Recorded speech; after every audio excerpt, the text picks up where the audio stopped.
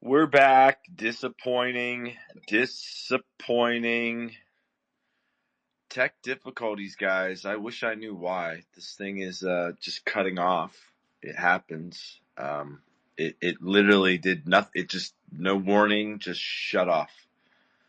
And I don't know, bro. I mean, tech is what it is. Maybe it's a topic. Maybe it's a discussion. I have no clue. I don't know. It's been happening of late more. We're just trying to be who we are, do what we do. And I apologize for the technical difficulties there. Didn't try and lose people. We had a nice audience, a nice vibe. Literally just shut off. Just literally, screen went black. Dead. Go back, look at screen recording, blah, whatever time it is. It's been weird. It's always some exotic time, and then people think I do it on purpose. It's like, no, it wasn't on purpose. I didn't do it. But anyway, it is what it is. We were getting some sauce there on the Asian range model, the importance of, Pippi, I didn't do anything. You can laugh all you want. I didn't do it. People think I somehow do this shit on purpose. It's not me, bro. It's tech. Just shut down.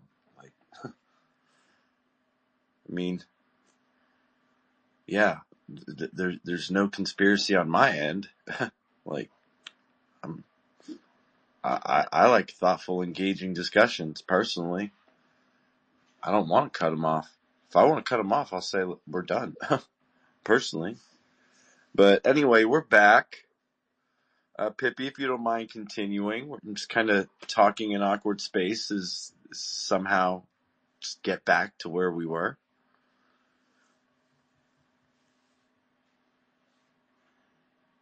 Get some folks up here.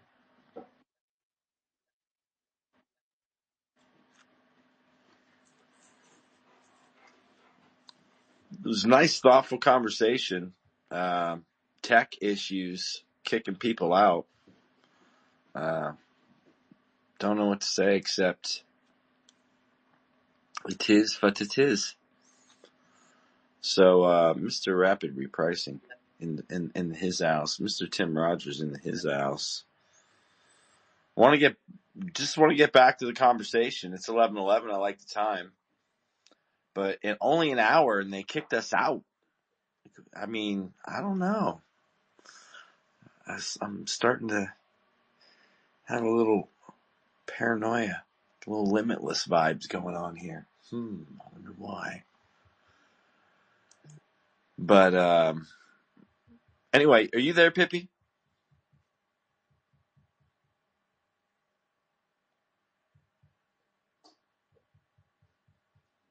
It says,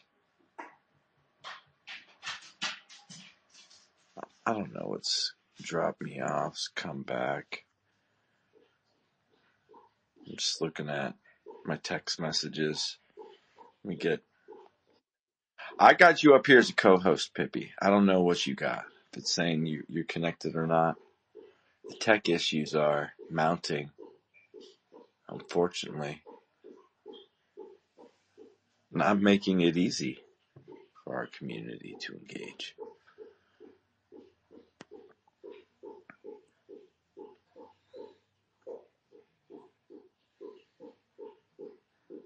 Tim, are you there?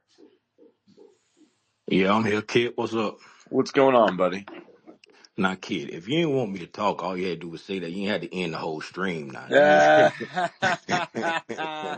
I know people be like that. Oh, well, why did you just cut me off mid sentence? That was not me, bro. I'm for one, I'm not that smart. I'm not trying to cut people off. Hey, look, this magic time. Let me cut it Hell, off in mid I'm sitting, sentence. Like, I'm no. sitting up here I'm sitting up here rolling coins on my kitchen table, and it went off. I said, what just happened?" I mean, But it is what I again. I don't know what to tell you, bro. I mean, we're having more hey, tech issues of late. We while haven't we had as many. while Like, we I waiting mean, for Gordo, I'm glad you started the space. That it happened yesterday too, and it was like 111, and today it was 107, right? And it looks fucking. I mean, it wasn't intentional. I promise you that. It's fucking Twitter yeah, doing Twitter things. So it's I had a Twitter. splitting headache yesterday, and I'd gone hard in the paint all fucking week. So I was kind of like at the end of the day, I was like, oh, and I'm glad. I was glad. I thought it was awesome. Gordo picked it up and did a space. Kudos to you, brother. Um, Yeah, but so I just we was talked about a lot of things, and in reference to the space from today, I was in and out. I woke up at like 7, and I'm like, space, what? And then I woke back up again at like 9, and I'm like, still on space, what? And so I no, I caught like, agree. I was yeah, falling asleep listening to him. He was literally joking the entire time about like, having that somnambulant kind of voice, but he yeah, he he kind of does in a way. I mean, that's not a bad thing. It's like yeah, it's very relaxing actually. So yeah. The only thing I want to share with the community today, Kit, is that this space, like all of the recent spaces he's been doing, has been a lot of confirmation for a lot of us OG ICT traders, right? It's been a lot of stuff that, and for anybody that's new or just kind of like haven't been like dealing with it for very long, all I can say is like over the years that I've been studying ICT, I've noticed that he's been kind of forcing us to do it what he considers the right way. He started out in 2021 where he gave us the core content. Like he was just dropping little hints from like, up into 2021, you'll see videos here, videos there, playlists, and then he gave us the core content in 2021. Then 2022, he went through everything, gave the 2022 model, and a lot of people get chopped up because they don't understand, all the ins and outs of it. Then in 2023, he started telling us how to use the information. So he gave it to you. He tape read with you in 2022. Then in 2023, he started telling you how to use it. Then in 2024, he expounded on how to use it. And now in 2025, he's doing it in front of you. You know what I'm saying? He's doing it in front of you. So he's been walking us through how he he has, actually wants you to do it. You know what I'm he saying? has, 100%. And when I first started using it, I was like everybody else, gung ho trying to do everything. And then when I started noticing he was talking about all of these first, like you like to call them first prezzies, right? He was talking about before he gave it the name first presentation, he would always bring your attention to a certain fair value gap during the session. And I'm like, okay, this is like it's like the first one. It's the first one during this time. I didn't have the exact time, but I'm like, this is the first one during like the New York session. So what I started doing, I started looking at all the first. And I went back and said, what was the first thing he taught in the core content? Right? Because I just started looking at all the first because I remember he always say, I would give little clues to see if anybody would pick up on it. He would always say that in his older videos. I would give clues on baby pips and see if anybody figure it out. Right. So I was like, what's the first thing that he talked about in the core content? And the first thing he talked about in core content was order flow and price delivery. That's the first thing he introduced to us, like how expansion is tied to order blocks, reversals is tied to liquidity runs. And, I mean, expansion, yeah, and retracement tied to fair value gaps, right? So I'm like, okay, order flow and price delivery. So that's what I pivot everything that I do on order flow and price delivery. Right. So like he always say, what is the weekly calendar reaching toward? Right. And once I see what the weekly calendar is reaching toward, for me, I'm looking for the liquidity that the weekly calendar is reaching toward.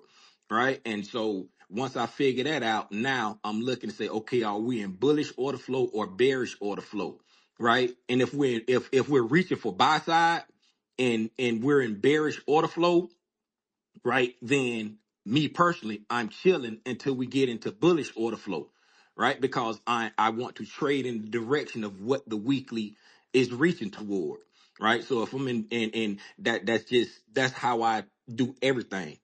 That's how I do everything in my trading now, because order flow and price delivery was the first thing that he dropped, right? These first presentations are so pivotal. You know what I'm saying? Like the first presentation of the month is going to give you a reaction through that entire month. The first one of the week is going to give you a reaction through that entire week. The first one of the day, it's like you can use it for 2-3 days. It's like that first present. So the first thing he taught was order flow and It's price crazy how delivery. universal it is, bro. Yeah. Like I'm looking at natural gas and I'm like, wow. And then it's hmm like I go look at YM and people call YM the demon or whatever, but I'm like, wow. Yeah. Like it's Wow. like everywhere, bro. You could just Yeah. turn on like the critical ones that he highlights throughout his mentorship. I mean, the weekly, the monthly, the silver bullet, the opening range from midnight. That's what Trades Don't Lie did. Trades Don't Lie, Tim. Let me just have Trades Don't Lie holler real quick. I'm literally staring at all of these things right now, Yeah. and holler right real quick because the first Yo, Yeah. Jesus, Go for it. yeah, dude, just yo, it's I complimentary mean, conversation. That's all I'm saying. I mean, not even just like the first presented for Valley Gap of 9:30. Like I added in midnight, and then like, I mean, we have always been trading with the silver bullet first presented for value gaps. Like it's just a nuanced and sequenced specific array based on time, right? It's a time based range that we look for. And it's just filtered out. I mean, realistically, it's nothing crazy, right? He just gave us a looking glass, magnifying glass on a specific array to look for every day. And whereas like, I mean, looking back to the first I mean, uh, like series of videos that I watched from him was the sniper series. I mean, it's very like kind of like not explanatory in any way of very specific things to look for. And this is like everything you need. I mean, I fully believe that if with patience and proper risk management, you could absolutely become a millionaire with just that array, right? Um, but I I, mean, what I I'm doing I think now, adding a simple macro as your base range tied to that's, it. yeah. I mean, depending on the asset, depending on what you trade, is what I would suggest or recommend that you add. Right? Like, I mean, oil's base range. Well, I really like, I mean, 1400 hour. Right? Like, think about this, and I'm going to add this eventually. I just need to get the time filter correct. But what about first presented arrays within a macro, right? And then seeing the previous macros and only filtering previous first presented arrays within macros throughout the day, whether it's the past 3 macros, 5, 10, whatever. I wonder what that looks like, right? So that's just something fun to think about for a study. And if I can codify that, when I codify that, I will, right? Um, yeah. and I mean, it's just taking that, right? The schematic of the first presented array, and then you could do that for probably other arrays too, but it would take more study, right? The fair value gap is just easier to detect. I'll just say from looking at the study, I really like how not busy the weekly and the monthly are, even with the first. I mean, I really like those pivots. I really, really, really do. Yeah, I So sent you the updated script yeah, you did. with the I just yeah with the published it. 15 second. Yeah. Oh, it has Perfect. the 15 second now. Yeah, I added the 15 second. Like you told Oh me yeah, earlier yeah, yeah, today. You're yeah, like, yeah, bro, yeah, add yeah. this. Hold up. I'm not sure I have to update it on my. So the 15 second won't show the monthly. You might be able to show the weekly, but there's a look back period with 15 second data, right? Even stored within TradingView, it only goes up to, I think it's like 6 days. So, and I might have an edge case where it shows multiple. It might show like Friday and Mondays with the weekly specifically for the 15 second data detection. But I mean, that I just got to figure out the edge case and how to fix that. But I put a tooltip in there not to use the 15-second data with the weekly and the monthly. So use the 1 minute with that. But yeah, you can use the 15-second, and well, it's just going from there, right? And just adding a little bit more here and there, and maybe adding some liquidity plotting, and you could build a whole operating system out of this. Oh yeah, buddy. So that's Oh the plan, yeah. man. That's the plan. Oh So, yeah. So I love it. Where's the 15-second though, bro? I literally just updated this. I don't see it. it should be like a drop down. Look at the most recent one I sent you Yeah, in our no, I messages. just put it back on, but Uh, I'll keep. Oh, 15-second. There it is. Lower time. Ooh. Crazy. Ooh, I like But that, yeah, baby. we're gonna post the link soon, and that way everyone can have it. So I have over 600 DMs right now. I cannot respond to all of you Yeah, no, guys with the I entire just number. happened to have the very first copy. I was like the last eyes on it. So thank you for letting me be and be able to do that. Trade. Yeah, bro. So, I mean, if for anyone that knows, Kit has built multiple operating systems on a plethora of complex mathematical calculations and different things that are plotted on your screen. And if there's anyone that makes indicators and wants someone to look at it to really give some really good feedback on it, who's made 40 to 50 to 60 different indicators, Kit's your guy. So, yeah, just a big shout well, out to thank you, bro. you. I Thank appreciate you, and you really inspired me to make indicators and really get in there and just do it, right? Yeah, bro. It makes your trading life easier. It really does. And if it's all about the trader making, in my belief, you want to make this as algorithmic as possible with where you're looking for prices, levels, the type of trades you're looking for.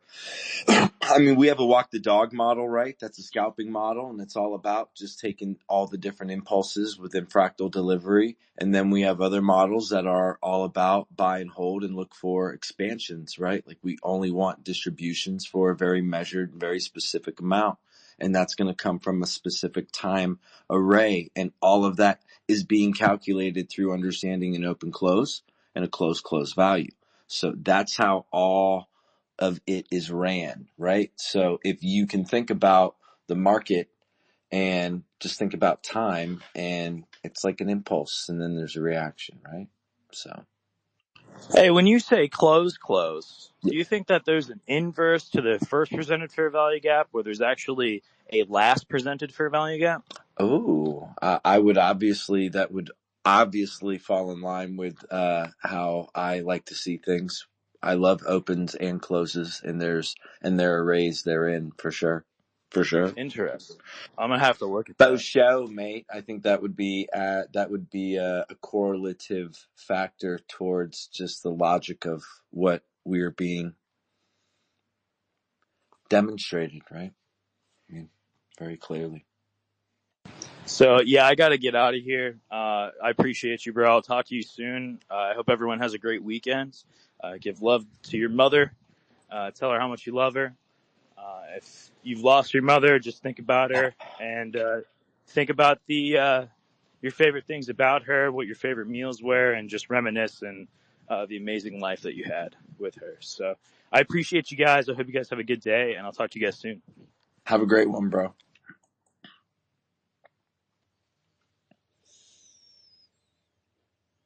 Tim, circling back around to you. Pippi, are you there, buddy?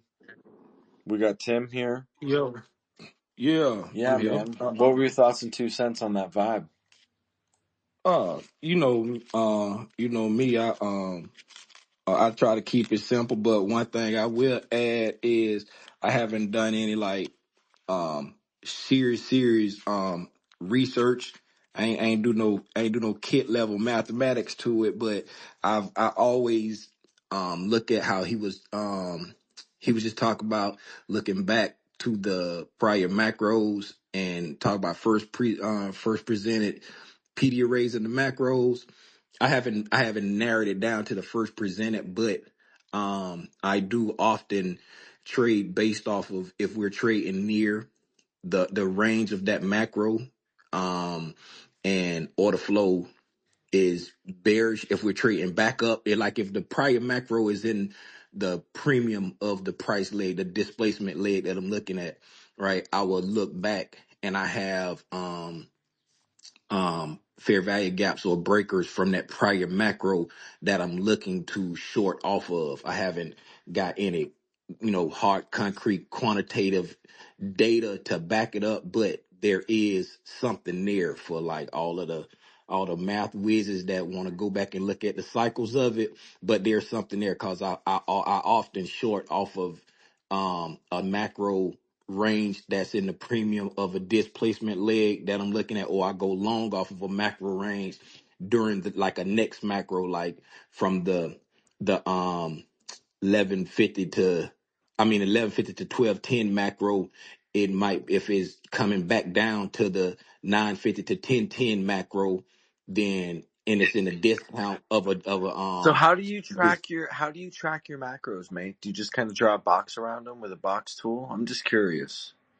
Oh yeah, I don't got like no indicators. I just draw a box around it around the macro time, Okay. and then if prices like just say if I'm in a if I get like a consolidation and a expansion lower and I'm bearish, right? So now I'm looking for like the ICT price model where he called like the redistribution, where you don't take the buy side liquidity, you just expand and then retrace back into the range, right? Yep. So now if I'm expanding lower and it start to retrace and like to say I'm coming into the 1150 to 1210 macro, right? And I look left and I see it's coming back up and like my 1050 to 1110 or my 950 to 1010 macro is in the premium of that leg, then I'm looking at, okay, do I got a breaker over there? Do I got a fair value up over there that I can target to short off of? But I don't have any indicators that like put it up there for me because I like to just draw it on there and only put on the screen what I want to look at. Because if it's when it start getting too busy, man, my ADD go crazy. It's like I can't I can't have too much on the screen. No, I But got you, yeah. brother. I got you. I feel you. But yeah, if you got some fancy indicators that can help me map it out real quick, I do. you I know what I'm do. I saying? do. I do. I was going to ask you for your trading view because I've got one for macros that if you trade macros and you trade the macros the way that I present them on your screen, you're going to like it, bro. Yeah, Because it's you're really just tracking and measuring a single impulse within the market and how the market reacts to that impulse within the day. And when you can frame the context of the market within that uh-huh. impulse, and I mean, and you can look at a myriad, right? That's the thing. You could offset what time you're looking at. Like if you're a London-based trader, 2:33 to 3 o'clock, 4:03 to 4:30. Those are two really good macros that you can key off of. If you're trading early New York, the 7:50 to 8:10 macro is real good. The Yeah. 7:30 to 9 o'clock range.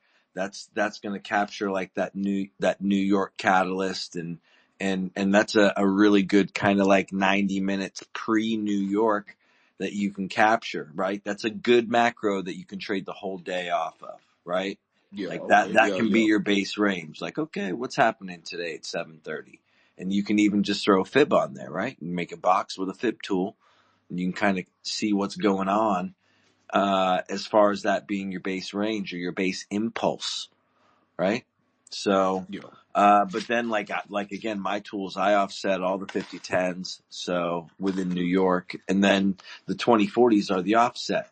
And depending on the day, like Friday, we had a large impulse at 725. So fractal distribution was on the other side of the 50/10 in the 20/40. So for me, it's not that 20/40s are a thing or aren't a thing. The same thing's happening with the hourly fractal distribution of what you're looking for. It's whether the macros and or the algorithm is offset to the RTH hourly distro or the ETH hourly distro. And I think sometimes it just throws Yeah. people off and it does different things. Hmm. So I'll offset certain days to what I think I see. And some days 20/40s are a little stronger, and then always the 1545, 15.15 to 15.45 is, I mean, that's kind of a huge deal for if you want to trade Asia and or if you want to trade London. Like that's Yeah. really the macro you need to track and trade into Asia and London. Yeah. Yeah, that 15 to 15.45. The A, like if I trade Asian, I'm looking at the reaction to that one. Yep. But whether I'm bullish or bearish, I want to see some type of reaction. Me, I'm a big sweep of liquidity guy. I like to get in off the Oh yeah, manipulation yeah. leg. I like the Yeah. manipulation phase too. That's my favorite. I Yeah. mean, that's my all-time favorite. I love the protraction trade. Some folks call it a Yeah. turtle soup, but I mean, if you trade it and trade it right, it's an exhaustion at a level, and there can be a high probability to take that trade if you know what you're looking for. So, and typically it's just really understanding where your accumulation is, and then where you would look for a displacement or your manipulation to occur within a fractal PO3 before the two Mhm. stages, even almost three stages of distribution that you will Yeah. typically incur through just fractal distribution, right? Like Yep, and PO3. and understanding your higher time frame draw, like that weekly at the lowest daily, but understand that weekly draw and at the lowest daily, when you go into your consolidations, when it start to accumulate them longs and shorts, if you understand the draw, it can help you anticipate Well, if you're a gonna lot of get. times you're really going off of like what ICT's taught, like you're going off of like standard deviation projection. Yeah. So whether you want Hmm. to hold it or not, like you're taking a TP at a specific standard, Yeah. knowing that it's going to go to another one. So the idea would be like TP1 and TP2, even Yeah. TP3 at each one of these levels that you could potentially anticipate, right? And I mean, we're Yeah. just here to help lay it out, let people know what it is, understand what it is, because, I mean, it's a thing, right? It's a thing. If you Yeah. listen and pay Yeah. attention, utilizing your standard deviation tool is a great way to utilize it as a TP tool and not really focus so much on the trade. And if you can engage with it in the lower quartile, in the lower third of its delivery, and you're anticipating it to give a full extension, or if you anticipate, I try to calculate personally. I try to calculate a distribution. So I'm going for 195 points, 116 points. I mean, that's a typical distribution one value after I'd be looking for, a manipulation and a series of accumulated values within any time based range. Yeah, that's what I'm gonna say. The deviations, the standard deviations, can help you manage your trade if you wanna cut sling load at a certain TP, or if you understand, okay, this is just we're getting some offset distribution or some offset accumulation here. I don't have to worry. It's not going to come rip my head off. It's just, what I'm saying, running a sweep of liquidity here. It can help you because okay, I'm projecting it to go to here, and it can help you manage. Do I want to Right. take some off the table? Do I want to close it? Do I want, Well, I mean, you're going to uh, get pullbacks, and to some degree you can measure them. Sometimes you can't. It's easiest to kind of understand, like, the way price is moving, or how I would suggest people look at it is like, is there a high resistance? If there's a high resistance, meaning if there's a three drive, if you're in a trade and there's a three drive occurring, then it's going to come take you out, right? Because the three drive is a high resistance, and then the low resistance will go against your trade. So you don't want to look to engage with price that's in a high resistance, because it by nature is going to come stop you out, yeah, it's gonna because the get low you. resistance is going to get you. So you want to find trades that are going to be in some form of fractal delivery that's within its distribution. So Yes, if you can get into a distribution phase, then the chance or likelihood that you're going to be in any form of high resistance, it doesn't happen. I mean, there's always a fractal delivery of all of it, right? But at the end of the day, If your trade and you want it to go somewhere and it's not going there and it's taking a long time to get there, then you're probably in some form of high resistance. That Yeah. means you're going against the low resistance. You're in some form of a 3-drive pattern that's forming that will then come and wipe you out, right? Mm-hmm. It's gonna So get you. Yeah, my it's always good as a trader to recognize if you're in a 3-drive, or you'd want to see the 3-drive engage and then the liquidity sweep for you to then look towards engaging, right? Or if you want to identify the high resistance versus the low resistance opportunities. I think that's very important. Easy way to do it is 3-drive. I mean, if you oh can see a 3-drive fractally on a 5-minute, 15-second chart, I mean, he's talking about 15-second chart, so you can see 3 drives pretty clearly on a 15-second. real quick, for anybody who trade the Asian, a video of Michael's to watch is it was from the 2024 series, and I believe it's number 5. It was like it was around my birthday. It was either August 5th or August 6th. I think it's video number 5 in the series. But he's talking about trading the Asian session, right? That it, I he the way love trading the Asian session. I the love it. way he get in is it's a very specific sequence of events that he has you looking for. It removes all the ambiguity of it. It's I mean, I can tell you what I look for, and that's a failure swing into a gap or into a discount array. That's always it. I'm looking for that between 1800 and 1930.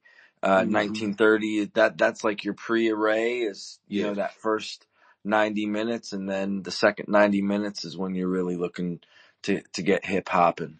So 1930 is when the DR starts, but you've got 1800 to 1930 where you can kind of try and look for some form of cycle delivery, but typically it's going to be delivered into a previous day's discount array, right? So Mhm. you're going to be looking to find some delivery in discount for it then to take it with a failure swing and then, go the opposite direction. And with the commodities, they go strong in the opposite direction. So there's an Asian protraction that happens within the commodities um, pretty regularly, and it yields high results.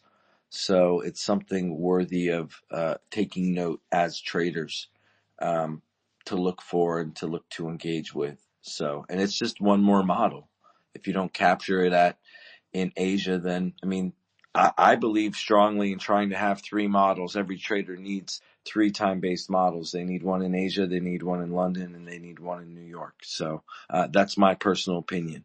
I have over 15 models, so I can trade any cycle of any day that I want within fractal delivery. My folks know that. That's what we trade. I trade the logo you see on my screen. Always have. So, Mhm. time-based arrays are a thing. They always have been for me. Yeah, time Um, is king. Time is king. That's what I would say. Oh, you asked for my trading view. It's the new TLR. The new TLR. okay. Yeah. But yeah, I'm a hop down off the Yeah, stage, yeah, let yeah. anybody else I come want in. to get Alfred up here, Tim. That'd be cool. Let me try and bring Alfred in the convo. We got Pippi here as the speaker. Pippi, if you're there too, feel free. We got a lot of love. Anybody and everybody. I know Pippi's busy. I'd love to hear from Alfred. And we're just going to want to keep it going, keep it flowing. It's kind of saucy. We got some folks in the room here, so we're just kind of hanging out, just doing our thing. And, you know, hopefully trying to add value to anybody listening, right? Like you're going to have something to go back onto your screen to look at after a conversation with us today. I promise, right? So, otherwise you're not paying attention because, it is saucy up in here. We're trying to, deliver a message with a sense of urgency. We understand the importance. And, all you have to do is dial into ICT. It's the truth. It's all you really need to understand algorithmic theory, to find your own little time-based range, your own little macro, your own little impulse that you can measure, that you trade. That becomes yours. You just trade that sequence. I believe you should look for some type of time within the Asian realm, within the London realm, and within the New York realm, and I think, I think 1800 to 1930 is a great time. I think 1930 to 2100 is a great time. I think midnight's awesome. I think 3 a.m. is great. 3 to 4. 3 to 4 is awesome. I love 7:30 a.m. as well. I mean, I came to Twitter with 7:30 a.m. That's like arguably my favorite time to trade, if you want to know the truth. That's it. I mean, if I want to participate in the open drive, I'd really like to be in by 7:30. But then if not, I sometimes wait till 10:30 or 11:30. But afterwards, I'm done. Those are like you can split it up, and I mean, ICT talks about it. But you got to have your times and your time-based ranges. You got to find ways in which you're trading an open close to a close value. You there, Pippi? Alfred. Yo. Alfred! How are you doing, buddy? I'm feeling blessed, my good kid. How are you? I'm doing so good, bro. So good. It's a great day today. So, yeah, it's sunny. It's bright out. It's freaking. How is it over there right now? What time is it right now? It's 15 minutes to 6 p.m. here, so it's about just evening. I'm preparing for a nice meal, and then I'm heading to sleep. So I missed almost like 4 hours of ICT. I was falling asleep in it. I was listening, but it was definitely in a delirium because it was going on for sure. 100%. But I did catch a few things that I do technically want to touch about and talk about. Now, first things first, I did hear someone talk about the Sniper series. First things first, I love that. That's one of my favorite series from ICT, honestly, because in my opinion, that whole series focuses on one conceptual idea of trying to predict when a swing high and a swing low would form. And that really serves the basis for all my models that I have now. And they're all predicated on my ability to anticipate when a swing high and when a swing low will form relative to time. So that's a very, very nice series that I really wish more people could dive into it. It is a bit lengthy, but the gems are hidden in the length, Imagine someone spends 2 hours or 3 hours of their life, trying to teach you about the financial markets. That's more than enough for me. If you put 5 hours, I'll be there. And I would love to indulge in your experience, but that's the one thing I wanted to touch on. But when I study ICT and when it comes relative to time, one of the major things that occurred to me is when I study PD arrays, it's very, there's some that I don't understand. There's many, there's some like a mitigation block. I struggle to understand that, but you can show me it on the chart, I can see it. But for me to see it in live time as it's printing, or for me to try and predict when it's going to happen, that's difficult for me. And it's not because I'm flawed in any shape or form. That's just not the model I gravitate into. But I do love order blocks. I love them to death. I do love breakers, inefficiencies. Those I can see with the utmost of due diligence. But what I've come to realize, if I want to predict turning points where I wanna link the model that I'm using relative to the conceptual idea that ICT teaches, what I do is I'll be on higher time frames. For example, the 4 hour, the daily, and the weekly. And what I'll do is I would look at my favorite PD arrays, whether it's the inefficiency, whether it's a breaker, whether it's a swing high, consequent encroachment of a wick. Really, I love swing highs and swing lows, and when they're on a 4 hour and a daily chart, and you can get the CEs of that, and that's just project those over time, and you expect turning points to occur when those levels are touched. And one of the major lessons I learned when trying to study these is when I'm looking at the CE of a wick, or I'm looking for a swing high to get tagged, which was one of my favorite models. I fell on turtle soups. But when I'm waiting for a certain liquidity to get taken, let's say, for example, it's Asia's high, New York's high, London's high, it doesn't really matter, but there's a certain liquidity I'm looking for the market to gravitate into in order for me to go short. what usually happens is it will end up engineering a double top. Like it won't trade above that high, and it will just graze it at a very specific time, which usually is the top of the hour. That will be the 7 o'clock. The 7 o'clock just opens and melts lower. The 6 o'clock just opens and melts lower. The 8 o'clock opens, melts lower. The 9 o'clock opens and melts lower. So when I'm expecting it to take out liquidity for me to get a power of 3 for a turtle soup. And that was one of my most frustrating, and Kid knows that I freaking hate rejection blocks.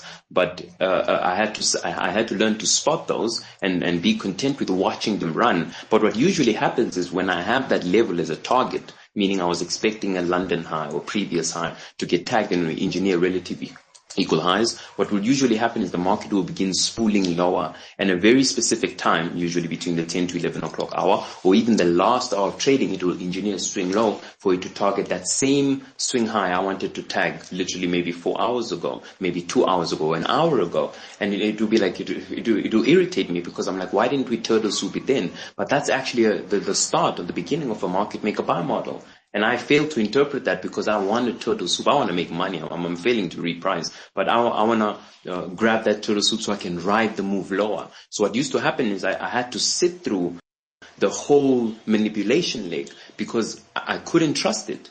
Because I'm looking for longs to target that high. So now every time we're going lower in that manipulation leg, I'm thinking it's a retracement. And that retracement never ends. It keeps going lower, and it blows past my initial area where I was looking to put a stop loss. It blows past the previous swing low in which I was expecting to hold the support, and it continues to melt maybe 1, 2, or 3 standard deviation of that same range from swing high to the swing low, and not the swing high that engineers the whole expansion leg, but the swing low that in terms of the o'clock that rose lower, and then we create that first swing low for that first run up that engineers the relative equal highs. Then we have that manipulation leg that really blasts through that low. That standard deviation, if you mark 3 standards of that, that's usually at most where the turning point is. And if you can match that with a potential time in which swing lows and swing highs are potentially going to happen within hourly delivery schedules, like from 10 to 11 o'clock hour or the last hour of trading, then those become perfect trades. But I couldn't trust those, and I had to learn to sit through those and watch them as the market drills lower. And what I do is I'll mark every single inefficiency that's large within that expansion leg lower,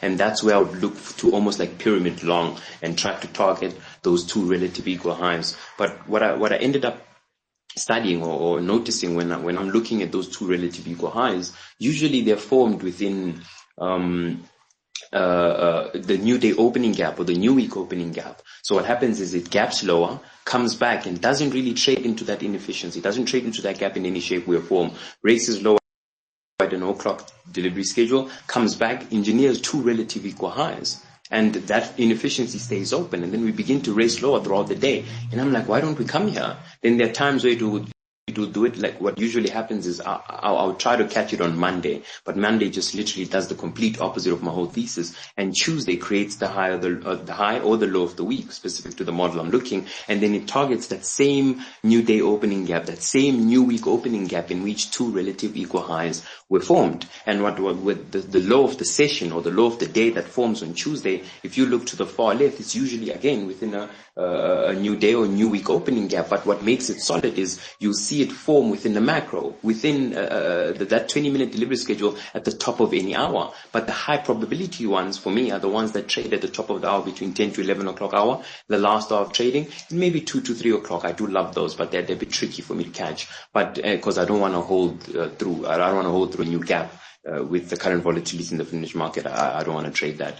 But when he was speaking, that's kind of what really gravitated into me, because that's one of my worst models. I hate rejection blocks. But when you study them and you study the purpose of what they engineer, when they engineer relative equal highs, and you can time in which the first swing high was made and the second one in which I was expecting a turtle soup, but instead happens to be a rejection block, if I can time that, and I can also time the swing low. And if I do that, then I can anticipate or predict at what delivery sequence will my TP get hit relative to targeting those 2 equal highs. Sadly, I can't do that on a 15-second.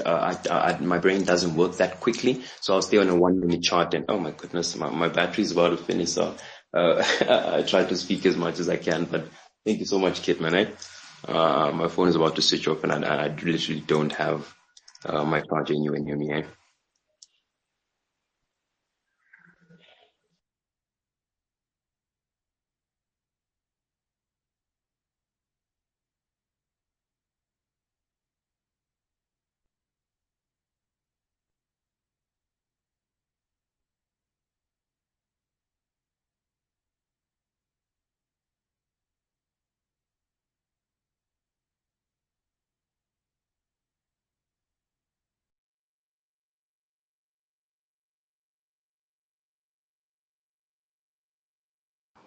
Yeah, Kate, are you there? Hello.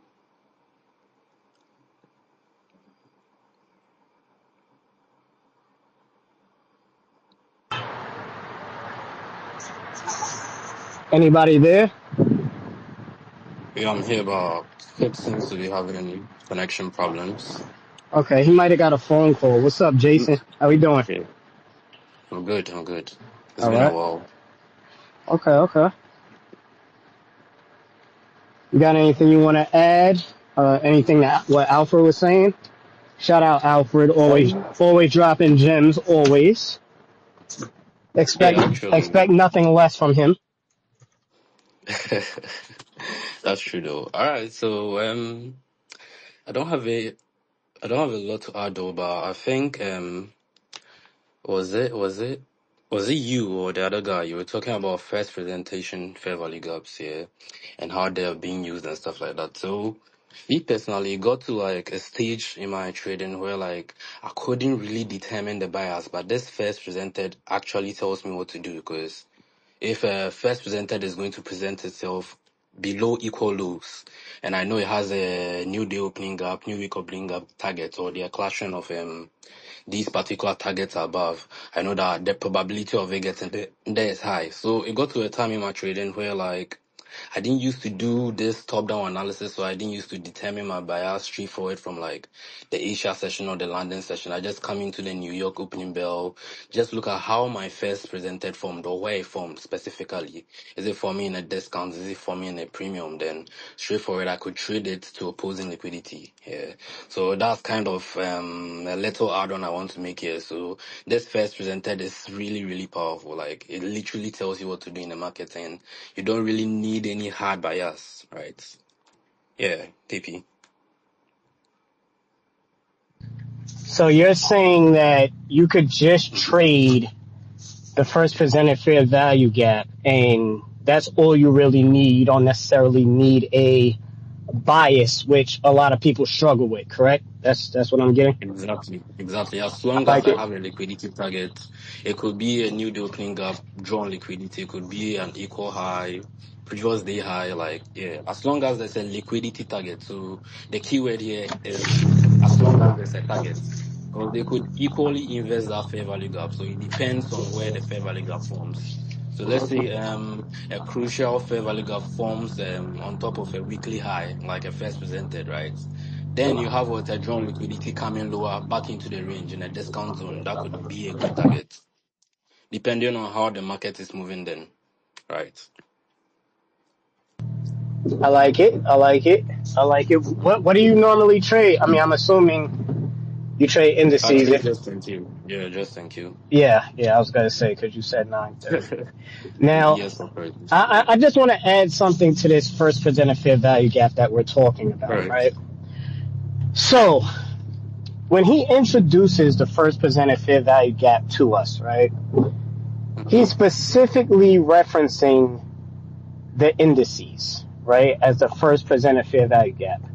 Now, this is just a rabbit hole that I've been studying, right? If we're talking about the first presented fair value gap from an opening, right? Would and this is a question, right? This is a question.